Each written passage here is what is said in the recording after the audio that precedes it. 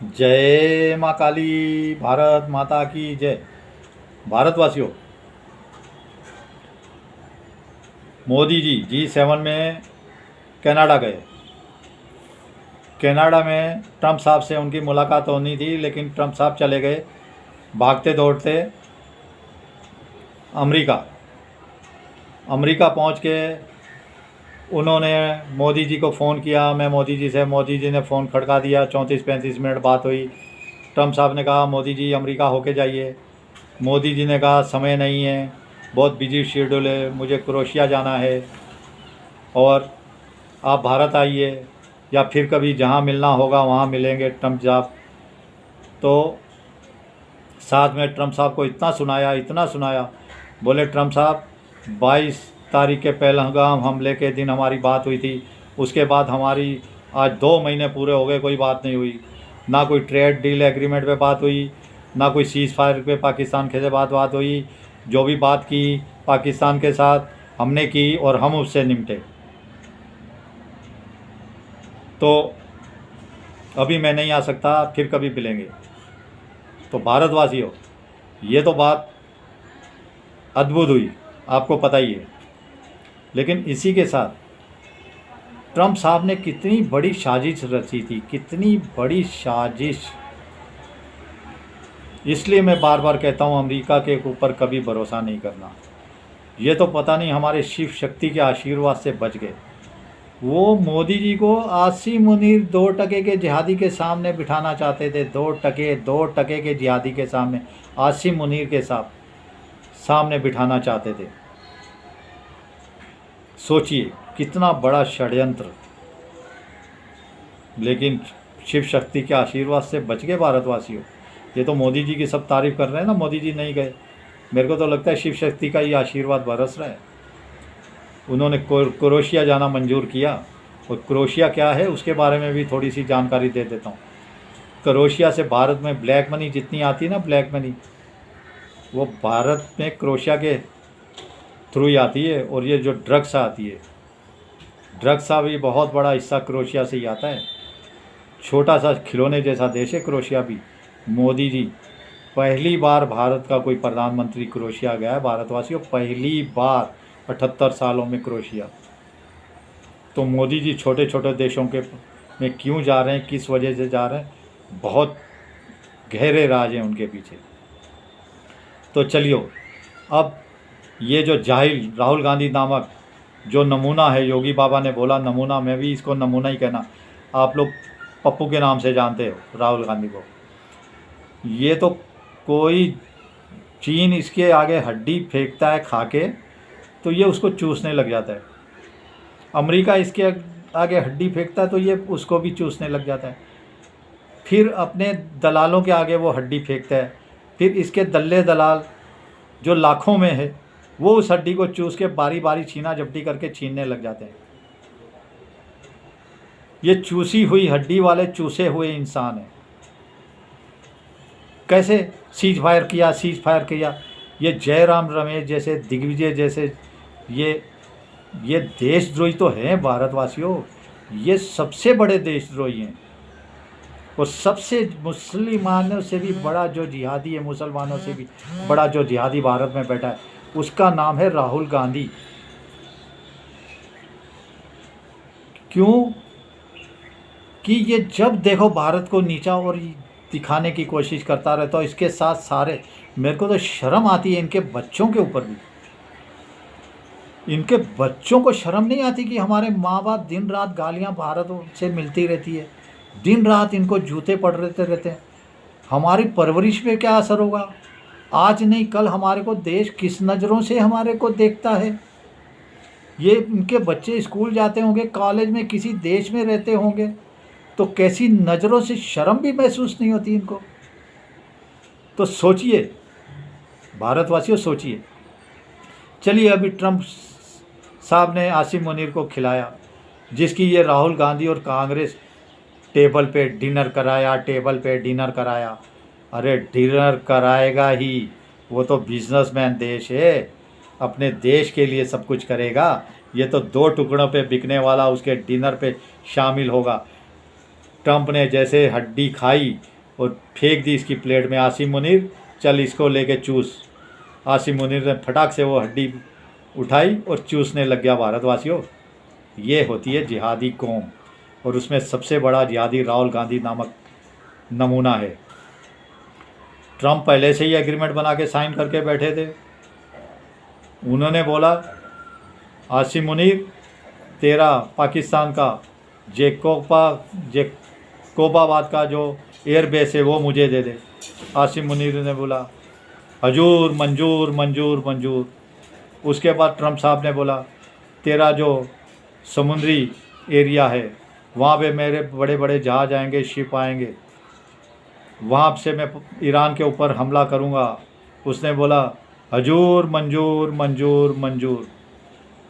फिर उसने बोला पाकिस्तान का एक एक एरिया, एक एक इंच जगह हमारी देखी बाली है, और वहाँ से ईरान का बॉर्डर मिलता है तुम्हारे, तो तुम्हारे को मैं $2-4 दे देता हूँ, और तेरे उसके साथ ही चांदी की थाली भी तुम्हारे मुंह पे मार देता हूँ, तो तू मेरे को ईरान के ऊपर हमला करना है। तो ये जिहादी बोला मंजूर हजूर हजूर हजूर। उसके बाद ट्रंप ने बोला कि हमारे सारे सर्विलांस वाले जहाज़ जाएंगे, वहाँ तो बॉर्डर से ही खड़े खड़े हम 100 किलोमीटर 150 किलोमीटर तक इसने कहाँ कहाँ क्या क्या रखा है हम पूरा ईरान के अंदर देख लेंगे, और हमारे को ईरान को ख़त्म करने के लिए बहुत आसानी होगी। अगर हमारे को सैनिक भी भेजने पाएंगे वहाँ से तो हम भेज पाएंगे, क्योंकि बॉर्डर लगता है ईरान का। तो ये जिहादी बोला मंजूर हजूर हजूर हजूर। तो फिर ट्रंप बाबा ने बोला, अरे ईरान तो तुम्हारा तेरा मेरा रिश्ता वाला भाई है, कठमुल्ला देश है। तो आसिम मुनीर ने बोला, अरे सबसे बड़ा कठमुल्ला तो मैं हूँ, सबसे बड़ा जिहादी तो मैं हूँ, मेरे से बड़ा कठमुल्ला कौन होगा ट्रंप साहब। आपने डॉलर से मेरी जेब भर दी और चांदी की थाली भी मेरे मुंह पर फेंक दी, तो मैं तो आपका ही गुलाम बन के रहूँगा। देखो मेरे कितना बड़े, मेरा मतलब हौसला देखो। मैंने जो समुद्र से गहराइयों से भी गहराई हमारी दोस्ती थी, जो पहाड़ों से भी ऊंची हमारी दोस्ती थी चीन के साथ, उस चीन को भी हमने लात मार के फेंक दिया। सोचो हम कैसे जिहादी हैं। जब हमने तेरा मेरा रिश्ता वाले को मिटाने की ठान ली कि हम दोनों मिलके लड़ेंगे उसके साथ, तो चीन की तो औकात ही क्या है। तो ट्रंप बोला, बहुत खुश हुआ ट्रंप आसिम मुनीर तेरी इस बात से कि तू भी हमारे साथ मिलके हमला करेगा। बहुत खुश हुआ, तेरे को $2-4 और तेरे मुंह पे फेंकता हूँ मैं। मुनीर बहुत खुश, बहुत खुश। और मुनीर ने बोला, अरे ट्रंप साहब, आपके तो फ़ोन आने के बाद ही मैंने ईरान के बॉर्डर सील कर दिए थे, तभी मैंने कहा था तेरा मेरा रिश्ता कोई नहीं कोई नहीं। मैंने तो बॉर्डर ही पहले आपका फ़ोन आते ही सील कर दिए थे ईरान के साथ। आपने जितना इसको मारना है, जितना इसको पीटना है, और पूरे ईरान का नामो निशान मिटाना है तो मिटा दो, लेकिन मेरी जेब में कुछ डॉलर और फेंक दो। तो ट्रंप ने बोला, ठीक है जाहिल कठमुल्ले मुनीर, मुझे भी मंजूर। तो भारतवासियों, ये है तेरा मेरा रिश्ता वालों की असली सच्चाई, क्योंकि वहाँ से अमेरिका पहुँच के सर्विलांस कर सकता है ईरान के पूरे, क्योंकि पूरा पाकिस्तान उनका देखा वाला है। ईरान के अंदर घुसने की ज़रूरत भी नहीं पड़ेगी अमेरिका को, और मार काट करने के लिए सेना भी भेजनी होगी तो फिर वो बॉर्डर पे से भेज पाएगा, मार पाएगा। क्योंकि इसराइल वो इसलिए नहीं कर पा रहा कि इसराइल के पास वो काबिलियत नहीं है। जो बंकर, बस्टर, क्लस्टर बम है, वो जो इसराइल के पास है उसका सिर्फ 6 से लेकर 10 किलोमीटर फुट तक वो वार कर सकता है, और अमेरिका के पास ही वो बम है जो 50, 55, 60, 65 फीट नीचे तक सुरंग के अंदर जाके हमला कर सकता है। बंकर, बस्टर क्लस्टर बम जो अमेरिका के पास भी है ना साथियों, उसकी भी 60 फुट या 65 फुट से ज़्यादा उसकी, तो वो अगर ईरान के परमाणु ठिकानों पे मारेगा या किसी भी बेस पे मारेगा वो, तो ईरान के जो ऐसे ठिकाने 200 फुट नीचे बने हुए, 200 फुट, 250 फुट, तो वो भी एक बम से कुछ नहीं होने वाला। एक साथ बंकर बस्टर क्लस्टर बम जो हैं एक जगह पे मारा, उसी जगह पे सेम उसी जगह पे थोड़ा सा भी इधर उधर नहीं, दूसरा बम मारना पड़ेगा। फिर सेम उसी खड्डे पे जहाँ खड्डा हो उसी खड्डे में तीसरा बम मारना पड़ेगा, फिर उसी खड्डे में चौथा बम मारना पड़ेगा। तब वहाँ पर जो परमाणु ठिकाना है या जिसने मिसाइलें छुपाई हुई हैं, अपने एयरक्राफ्ट छिपाए हुए हैं, वहाँ तक वो बम पहुँचेंगे। तो इसलिए अमेरिका को उतरना ही पड़ेगा। अमेरिका ने कह दिया है कि मैं 15 दिन के अंदर उतर जाऊंगा। ईरान अगर खामेनेई तूने सरेंडर नहीं किया तो मैं तेरे को मार दूंगा, लेकिन मैं फिर तेरे को बचा भी रहा हूँ। इजराइल तो तुझे मारना चाह रहा है। और कोई भी दुनिया का राष्ट्रपति देखो, कोई भी दुनिया का प्रधानमंत्री कभी किसी दूसरे देश के राष्ट्रपति को कभी नहीं कहा कि हम तुझे मार देंगे या हम तेरे को जिंदा छोड़ रहे हैं। वो चुप करके मार देते हैं, वो बात अलग है। तो ये भारतवासियों बहुत अलग दुनिया के हिसाब किताब चल रहे हैं। और इसी के साथ मैं बता रहा हूँ, इसने पाकिस्तान ने आसिम मुनीर जिहादी है, जिहादी कौम, इनका एक एक बच्चा जिहादी होता है। ये पाकिस्तान के अंदर जो 25 करोड़ जिहादी बैठे उनकी बात छोड़िए, जो 25 करोड़ भारत में बैठे हैं ना, वो भी जिहादी हैं। वो भी डॉलरों के ऊपर कभी भी बिकने वाले हैं, समझे? क्योंकि ये जो भारत को गालियां देते तो इनको पैसे ही मिलते हैं। ये फ्री में मत सोचिए ये भारत को गालियां देते रहते हैं, मोदी को गालियां देते रहते हैं। इनको भी डॉलरों में ही चंदा आता है, भर भर के नोट आते हैं। इसीलिए ये भारत के कभी नहीं हो सकते। और भारतवासियों एक और बात बताऊं, ये जो राहुल गांधी कह रहा था ना, मोदी सरेंडर कर दिया, मोदी सरेंडर कर दिया, मोदी, ये राहुल गांधी के ऊपर जूता है, जूता, भर भर के जूता। किसने मारा? अमेरिका ने मारा, अमेरिका से आया। क्योंकि जो 34-35 मिनट की बात हुई, आज इसको 72 घंटे हो गए, अमेरिका की तरफ से कोई खंडन नहीं आया।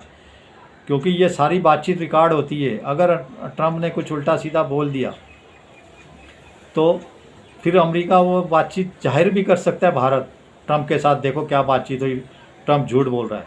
तो ये ऐसा गंदा जाहिल देशद्रोही राहुल गांधी नामक नमूना, जिसको आप पप्पू के नाम से जानते हो, सोचो भारतवासियों, इसके जो सारे हैं वो भी सारे जिहादी मानसिकता के, मुसलमानों से भी बड़ा जिहादी ये है। ये जब भी बाहर जाता है तो भारत पर कुछ ना कुछ होता है। ये बाहर भागा तो एयर इंडिया का विमान हुआ, ये जब भी बाहर जाता है कुछ ना कुछ भारत में हो जाता है। भारतवासियों इस बात को पकड़ के चलिए। और इस बात की देखो, जो कह रहा था ना सरेंडर किया मोदी, इसको पाकिस्तान भी जूते मारता है कि पाकिस्तानी वाले पाकिस्तान का डिप्टी प्राइम मिनिस्टर कह रहा है, वहाँ बैठ के उससे पूछा जा रहा है, तो ट्रंप तो कह रहा है सरेंडर कर दिया है, मैंने ही सीज फायर कराया। और राहुल गांधी कह रहा है सरेंडर। वो कह रहा है अरे ये 13 बार सीज फायर कह रहा है ट्रंप ने किया, या 300 बार भी कह दे तो ये बकवास कर रहा है, ट्रंप बकवास कर रहा है। ये डिप्टी प्राइम मिनिस्टर पाकिस्तान का कह रहा है। भारतवासियों सोचिए कैसे राहुल गांधी के मुंह पे जूता मार रहा है, इसके दलालों को जूता मार रहा है, कैसे अमेरिका की बात को नकार रहा है। और ये अब भी कह रहे हैं मोदी ने पहले क्यों नहीं बताया। अरे देशद्रोहियों, तुमको तो मोदी क्या बताए, तुम तो अभी संसद छोड़ के भागो, जो संसद चालू होने वाला है। तो भारतवासियों ये तो एक बात है।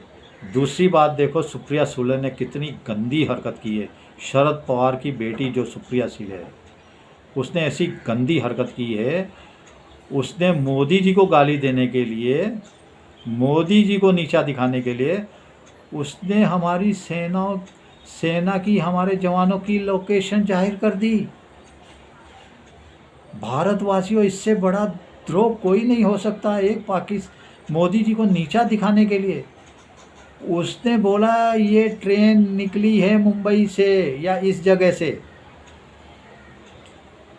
इस ट्रेन का नंबर फलाना फलाना है।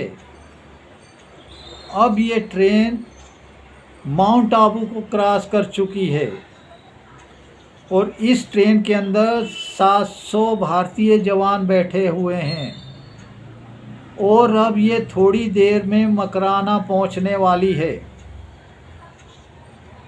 सोचिए भारतवासियों, जिसमें हमारे 700 सेना के जवान, उसकी एक एक लोकेशन बता रही थी। ये किसको बता रही थी? ये बांग्लादेश को बता रही थी कि पाकिस्तान को बता रही थी कि चीन को बता रही थी?